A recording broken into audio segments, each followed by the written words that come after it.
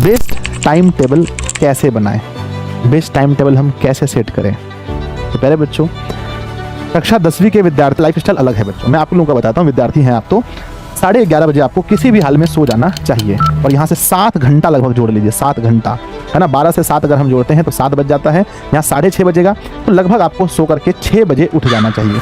6 बजे पहले के वो टाइम था एकदम 4 बजे उठिए, 4 बजे उठिएगा बच्चों, तो इधर इसको पहले कीजिए।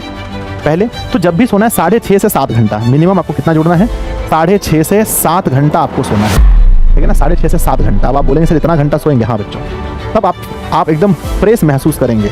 और कुछ अपवाद होता है हमेशा जीवन में, हो सकता है आप 3 घंटा में ही सो जाए तो आपकी बात अलग है। मैं जनरल इंसान की बात करता हूँ। जब आप 6:30 से 7 घंटा पढ़ते हैं तब आप आगे 6:30 से 7 घंटा सोते हैं, उसके बाद जो भी टाइम आपके पास बचता है ना, फिर वो टाइम आपका दिमाग 100% बच्चों एकदम पूरी तरीके से आपका साथ देता है, आपका शरीर भी आपका साथ देता है बच्चों। अगर आपका शरीर स्वस्थ रहेगा तभी आप अच्छे से स्टडी कर पाएंगे। शरीर बच्चों मान के चलिए सोने है ना, बहुत पढ़ने का मन कर रहा है पर शरीर बच्चों बार बार सोने लग रहा है, बार बार थक जा रहा है। इसीलिए पहले आपको सोने का टाइम फिक्स कीजिएगा। आप लोग कमेंट बॉक्स में लिखिएगा आप कितना टाइम सोते हैं। पहली बात, कितना घंटा सोते हैं। अब आपने सो लिए 7 घंटा, यानी 24 घंटे के 7 घंटे तो आपने निकाल दिए। अब बच्चों होता है कोचिंग या ऑनलाइन क्लास।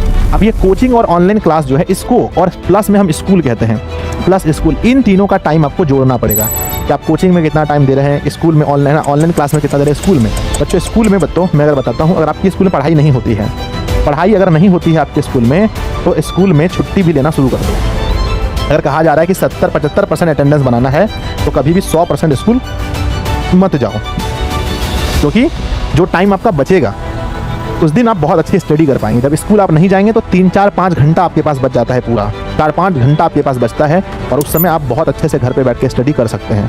तो अगर स्कूल में पढ़ाई होती है तब तो आप डेली जाइए, नहीं होती है तो अवॉइड कीजिए कि जब भी मौका मिले छुट्टी का तो छुट्टी भी जरूर कीजिए अपनी स्टडी के लिए, पढ़ने के लिए। तो मान लेते हैं कि हमारे पास टोटल 7 घंटा हम सो गए और कोचिंग ऑनलाइन क्लास स्कूल से मिला करके हमारे लगभग 5 घंटा निकल गए। 5 घंटा या फिर 7 है ना, 6 घंटा। तो 6 और 7 कितने हो गए, 13 घंटा आपका खत्म हो गया, 13 घंटा। अब आपके पास प्रॉपर कितना घंटा बचा है, अब आपके पास प्रॉपर 11 घंटा बचा है। 11 घंटा कितना बचा है, 11 घंटा। 11 घंटे में हम लोग बच्चों खाना पीना नहाना ये सब में हम निकाल देते हैं कि टोटल में आपके लग जाएंगे टोटल 2 घंटे। बचा कितना घंटा, 9 घंटा। अब आपके पास बचा है 9 घंटा। कितना बचा है, 9 घंटा। 9 घंटा में फिर हम आपको आपकी हैप्पी के लिए, आपकी हैप्पीनेस के लिए, आपको घूमने फिरने के लिए, आपको मेरे बच्चे थोड़ा सा मोबाइल वगैरह चलाने के लिए, कुछ आप खोल करके देख रहे हैं मूवी वगैरह ये वो, उसके लिए भी हम आपको दे देते हैं फिर से हम 2 घंटा।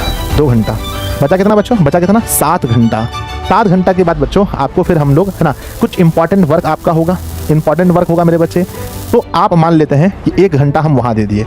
अब जो आपके पास 6 घंटा बचा है सेल्फ स्टडी के लिए, 6 घंटा में हम आपको 1 मिनट भी नहीं देने वाले हैं, 1 सेकंड भी आपको नहीं देने वाले हैं बच्चों।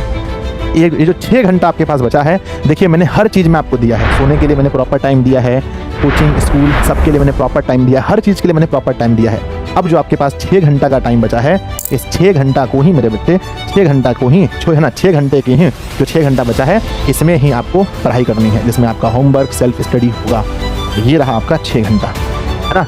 6 घंटा आपका रहा। अब इस 6 घंटे को मेरे बच्चे आपको जैसे बांटना है, जब आपका ये 6 घंटा मिल रहा है उस समय आपको 6 विषय हैं। कितने हैं, 6 विषय आपको पढ़ने हैं। 1 2 3 4, ये हुआ 5 और ये हुआ 6, 6 विषय हैं और आपके पास 6 घंटे हैं। अब आप समझ लीजिए कि किस विषय को हमें कितना टाइम देना है, किस विषय को हमें कितने टाइम देना है बच्चों। अगर आपको लगता है कि कोई विषय मेरा अच्छा है, जैसे संस्कृत अभी सिर्फ बुक हुआ है, संस्कृत में सिर्फ बुक पढ़ाई हुआ है तो इसको भी ज़्यादा टाइम नहीं देना है, बुक को आपको पता है। हिंदी विषय में सिर्फ बुक हुआ है तो इसमें भी ज़्यादा टाइम नहीं देना है। बचा क्या, SST, तो बच्चों बचा क्या, SST, बचा क्या मैथ और बचा क्या साइंस।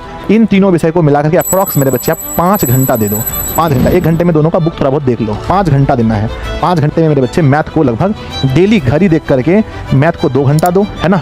और बच्चों साइंस को मेरे बच्चे 1.5 घंटा और SST को भी 1.5 घंटा आपको देना है, ठीक है। ये आपका रूटीन होना चाहिए, 1.5 घंटा देना है। कब देना है ये आप तय करेंगे, क्योंकि हर किसी का जीवन अलग अलग। मैं आपको बोल दूंगा 6 से 7 पढ़ाई करो, नहीं पाएगा। आप सोचो कि आपको डेली किसी भी हाल में अपने लिए 6 घंटा निकालना है और 6 घंटा बच्चों जब पढ़ो तो पूरा 100% झोंक दो, 100%। अलार्म वाली एक घड़ी मिलती है, पापा को बोलना कि अलार्म वाली घड़ी मिलती है जिस पर ऐसा टाइम लिखा रहता है कि 23 सेकंड 24 सेकंड, इस तरह से घड़ी हमेशा होता है। इस तरह से मेरे बच्चे घड़ी आपके सामने जो है टिक टिक टिक टिक करता रहेगा। ध्यान दीजिएगा, ये अलार्म वाली घड़ी होना चाहिए आपके पास। है ना, ये ऐसे आपके टेबल पर रखा रहेगा और ऐसे ये घड़ी चलता रहेगा। तब आपको पता चलेगा सच में आप कितना घंटा पढ़ रहे हैं। और इस समय पढ़ते टाइम अपने फ़ोन को अपने पास से बिल्कुल दूर रखो, ना कोई नोटिफिकेशन टेलीग्राम का, ना व्हाट्सएप का, ना इंस्टाग्राम कुछ नहीं, कहीं से भी कोई भी मैसेज नहीं आना चाहिए बच्चों। तब आपको पता चलेगा कि डेली 6 घंटे ही पढ़ के, 6 घंटे ही अगर आप पढ़ेंगे बच्चों, आप तब जा करके बन सकते हैं टॉपर बन सकते हैं। तो मेरा अभी तक 10 साल का जो एक्सपीरियंस बताता है उसमें मेरा यही निकल कर आता है बच्चों, सबसे ज़्यादा जो है यही तरीका काम आता है जहाँ आपके पास फ्रीडम है सोने की, जहाँ आपके पास फ्रीडम है घूमने की, फिरने की, इंपॉर्टेंस काम की, स्कूल की, कोचिंग की, हर कुछ छोड़ करके भी 6 घंटा मैंने आपकी ज़िंदगी से निकाल लिया है। और यही 6 घंटा जो है कि आपको बच्चों पढ़ाई करनी है। और ये इसी को हम लोग सेल्फ स्टडी कहते हैं, खुद से पढ़ना है। अब इसमें पढ़ेंगे क्या, मैथ पढ़ना है तो मैथ पढ़ेंगे, SST पढ़ेंगे, नोट्स पढ़ेंगे, जो पढ़ना है। और पढ़ते टाइम बच्चों इन चीज़ों का ध्यान रखें, मैंने लिख दिया है कि मैथ विषय का जरूर ध्यान रखें पढ़ते टाइम बच्चों, क्योंकि ये विषय आपको दिक्कत करता है। और रिवीजन करें, है ना, जो भी पढ़ाया गया है उसको रिवीजन करें। और बच्चों राइटिंग स्किल पर जब भी आप सेल्फ स्टडी करें तो बच्चों कम से कम साइंस और SST क्वेश्चन को खुद से लिखें। उसके आंसर जब लिखेंगे तो आपकी हैंडराइटिंग स्किल अच्छी होगी। जब हम लिखते हैं तो सोच सोच के लिखते हैं, हमारा थिंकिंग लेवल भी बहुत अच्छा होगा इससे हमारे एग्जाम में। और बच्चों जब आप कोशिश करें कि हम लोग कम से कम सब्जेक्टिव सवाल लिखने का, जब सब्जेक्टिव लिखते हैं तो हमारा ऑब्जेक्टिव अपने आप सॉल्व हो जाता है। और बच्चों बी मोटिवेट, जिंदगी में मोटिवेट रहें और एक्सरसाइज वगैरह बच्चों करते रहें। सुबह अगर उठते हैं तो कहीं आसपास में घूमने जाएं, एक्सरसाइज करें, इससे आपका बना रहेगा। और आपका जो सपना 450 प्लस है, अगर आप मेरी इस बात को फॉलो करते हैं, इस तरह से अपना रूटीन बनाते हैं, तो मेरे बच्चे मैं सच कहता हूँ कि आप 450 आराम से ला सकते हैं, बहुत आराम से ला सकते हैं। ठीक है ना। तो हम उम्मीद करते हैं बिहार के जितने भी बच्चे इस वीडियो को देख रहे हैं हमारे सभी को बहुत फायदा मिलेगा इस वीडियो से। और आप लोग भी इस तरह से अपना रूटीन बना पाएंगे जहां आप सोएंगे भी, सब कुछ आपका होगा।